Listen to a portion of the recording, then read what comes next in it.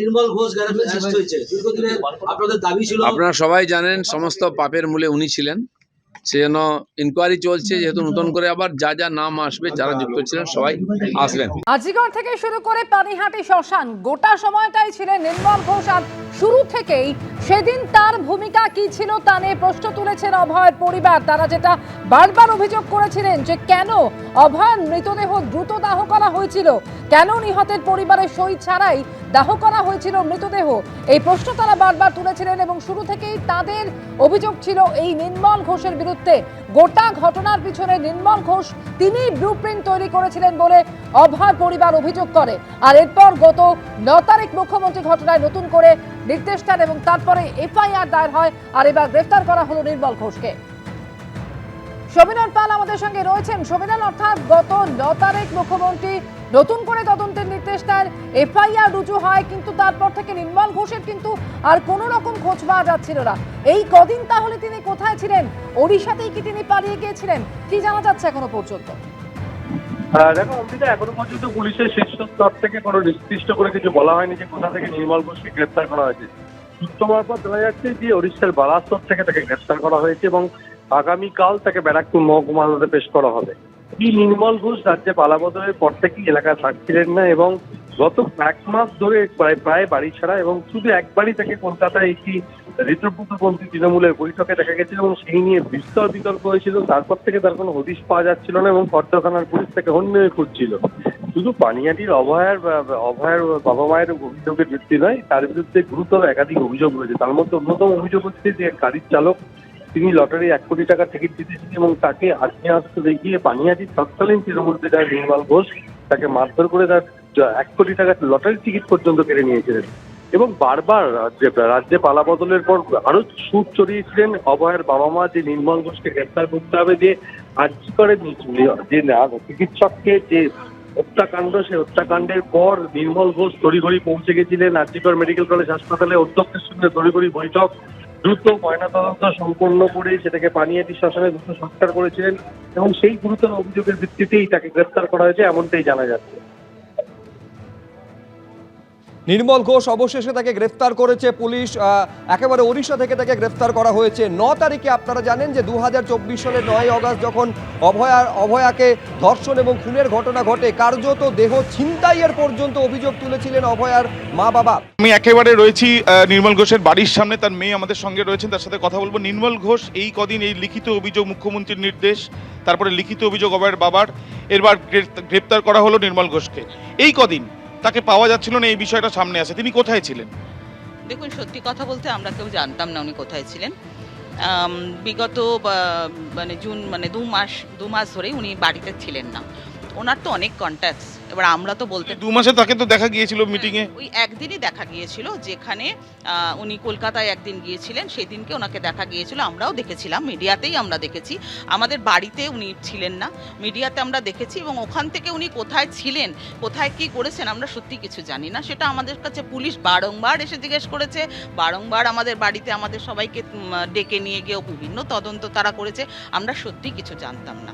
তড়িঘড়ি করা হয়েছে এবং জোরপূর্বক বাড়িতে প্রবেশ করার পর দ্রুত ক্রিমিশন করার জন্য হুমকি দেওয়া হয়েছে, এরকমই লিখিতভাবে অভিযোগ করেছিলেন অভয়ের বাবা। কেন এই ধরনের পরিস্থিতি তৈরি হয়েছিল? নির্মল ঘোষের নাম 1 নম্বরে রয়েছে যেখানে অভিযোগপত্রে। দেখুন, নির্মল ঘোষ বিধায়ক, যে কোনো আনন্যাচারাল ডেথ, যে কোনো কারোর বাড়ির কোনো সমস্যা, এরকম অনেক মৃত্যুই তো পানিহাটিতে হয়েছে। এমন কোনো মৃত্যু নেই যে তাদের সেই পরিবারের পাশে গিয়ে আমার বাবা দাঁড়াননি। ঠিক অভয়ের বেলাতেও তাই। আমরা যতটুকু কিন্তু ক্রিমিশনের বেলা যখন ক্রিমিশন করতে নিয়ে যাওয়া হবে সৎকারের জন্য, তখন পরিবারের সদস্যদের কনসেন্ট নেওয়া বা তাদের সই করা, এটা কি জরুরি নয়? এটাই কি ম্যান্ডেটরি নয়? সেগুলো আপনারা যেহেতু সিবিআই এর ব্যাপারটা আওতায় রয়েছে, তারা সেটা তদন্ত করবে। এখন সিপি সাহেবকে তদন্তের দায়িত্ব দিয়ে গেছে, তারা সেটা তদন্ত করবে। এটা আমি কিছু বলতে পারবো না কে সই করেছে, কে সই করেনি, কে বেআইনি হলো না এটা আমি বলতে পারবো না। কোনটা আইন আর কোনটা বেআইন তারা বলতে পারবে। যে এই এফআইআরটা করাটা কতটা আইনি সেটাই তো আমি জানি না। একজন মা এবং বাবা তারা বলছেন সৎকার করতে নিয়ে যাওয়ার জন্য মেয়েকে আমাদের নিয়ম যা মানার ছিল, আচার আচরণ, সেগুলোও আমরা করতে পারিনি।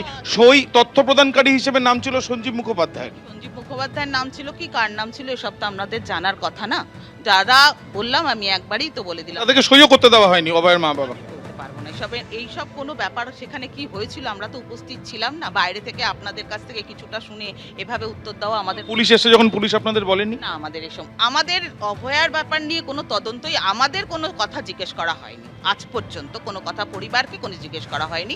আমার বাবাকে যেখানে তদন্ত হচ্ছে যে ডিপার্টমেন্টে, সেখান থেকে ডাকা হয়েছিল, তাকে সমস্ত জিজ্ঞাসাবাদ করা হয়েছিল, একবার না দুবার না তিনবার করে ডাকা হয়েছিল, তিনি সম্পূর্ণ সহযোগিতা করেছেন। কিন্তু এত তড়িঘড়ি, আমি আপনাকে বলছি দুটি মৃতদেহ ছিল, তাদের অপেক্ষারত, তারপরেও অভয়ার দেহ আগে নিয়ে চলে যাওয়া হয়েছে, লিখিত অভিযোগ হয়েছে। আগে কিন্তু আনন্দবাজারে একটা প্রতিবেদন আমরা দেখছিলাম যে একজনকে মানে যার, আমি আপনাকে লিখিত অভিযোগ যেটা হয়েছে সেটার পরিপ্রেক্ষিতে বলছি। বলতে পারবো না লিখিত এত তাড়াহুড়ো, এত ভিআইপি ট্রিটমেন্ট কেন ছিল? এটা তো ভিআইপি ট্রিটমেন্ট তো বললাম আমি, পুলিশে পুরো ঘেরা ছিল, রাজ্যকর থেকে আর আমাদের পানিহাটি পর্যন্ত সমস্ত ব্যবস্থাপনাটাই পুলিশি নিরাপত্তায়, কড়া পুলিশি নিরাপত্তায় হয়েছে। তখন তো যে দলের হয়ে তিনি বিধায়ক ছিলেন নির্মল ঘোষ, সেই দলেরই তো পুলিশ ছিল। দলের না, শুধু সেই দলের না, সব দলেরই লোক ছিল সেখানে।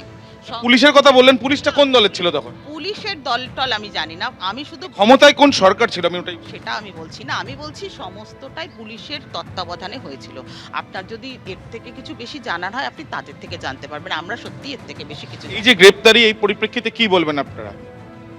দেখুন, গ্রেপ্তারি মনে হয়েছে যে ওনাকে গ্রেপ্তার করা উচিত, গ্রেপ্তার হয়েছে, আইনি যা প্রসিডিওর আছে আমরা সেই প্রসিডিওরে যাব, তারপরে যেটা হয় সেটা মাথা পেতে নেব।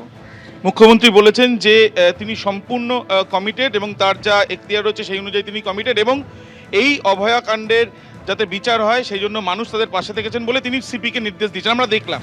তো সেটাই চাই যে মুখ্যমন্ত্রী তো আমাদের সবারই মুখ্যমন্ত্রী, আমরাও এটা চাই যে আমরাও একটা পরিবার, সব পরিবারের উপরে যদি ওনার দৃষ্টিভঙ্গি থাকে তাহলে আমাদের পরিবারের প্রতিও একটা দৃষ্টিভঙ্গি রাখা উচিত, আমরাও যেন সুস্থ সবলভাবে আমরা স্বাভাবিক জীবনযাপন করতে পারি, সেটাও দেখাটাও ওনার। শুধু কি অভয়াকাণ্ড, অভয়ার সঙ্গে সঙ্গে আমরা দেখলাম যে লটারির কেসটায় এবং মনীষ শুক্লা সেই কেসেও তো নাম এসেছিল।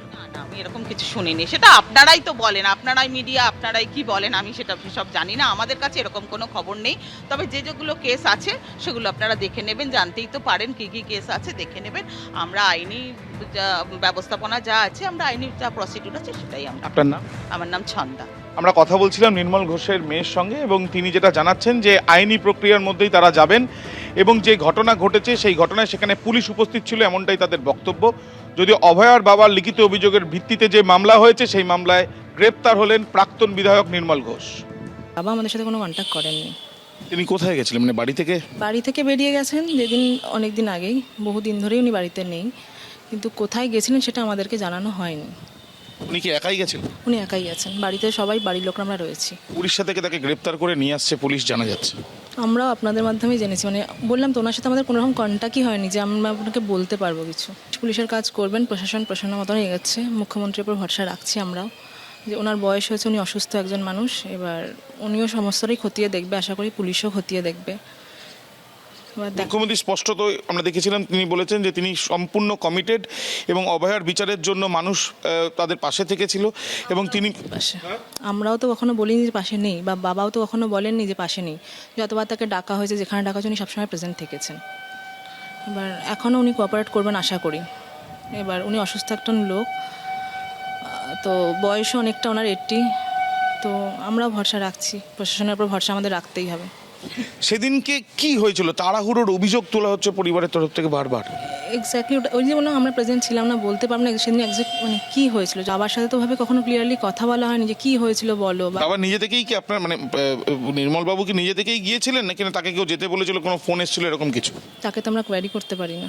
কিন্তু এই বিষয় নিয়ে কোনো আলোচনাও করেননি আপনারা? না, কখনো তাকে আমরা কোনো তার কাজের বিষয় নিয়ে কখনো আমরা কোয়ারি করিনি। এবিপি আনন্দ, এগিয়ে থাকে, এগিয়ে রাখে।